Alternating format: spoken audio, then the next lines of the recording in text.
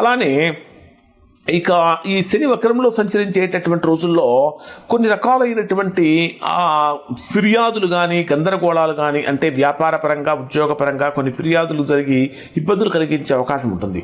తర్వాత 7th house ప్రేమ సంబంధాలు కూడా సంబంధించినటువంటి స్థానం కాబట్టి ఈ శని వక్రంలో సంచరించేటటువంటి రోజుల్లో ప్రేమికుల మధ్య దూర భావన పెరుగుతుంది, అంటే దూరం అయిపోవటం పెరుగుతుంది. లేదా ఏ విధంగా అనిపిస్తుందంటే 7th హౌస్లో శని వక్రంలో సంచరించేటప్పుడు వీళ్ళు కేవలం నన్ను టైంపాస్ కోసం మాత్రమే నాతో మాట్లాడుతున్నారు, అంటే కాలక్షేపం కోసమే మాట్లాడుతున్నారు, కాలక్షేపం కోసం మాత్రమే, టైంపాస్ కోసం మాత్రమే ఇలా చేస్తున్నారు అనే భావన పెరిగి దూరం అయిపోయే ప్రమాదాలు కూడా ఉంటాయి ఖచ్చితంగా.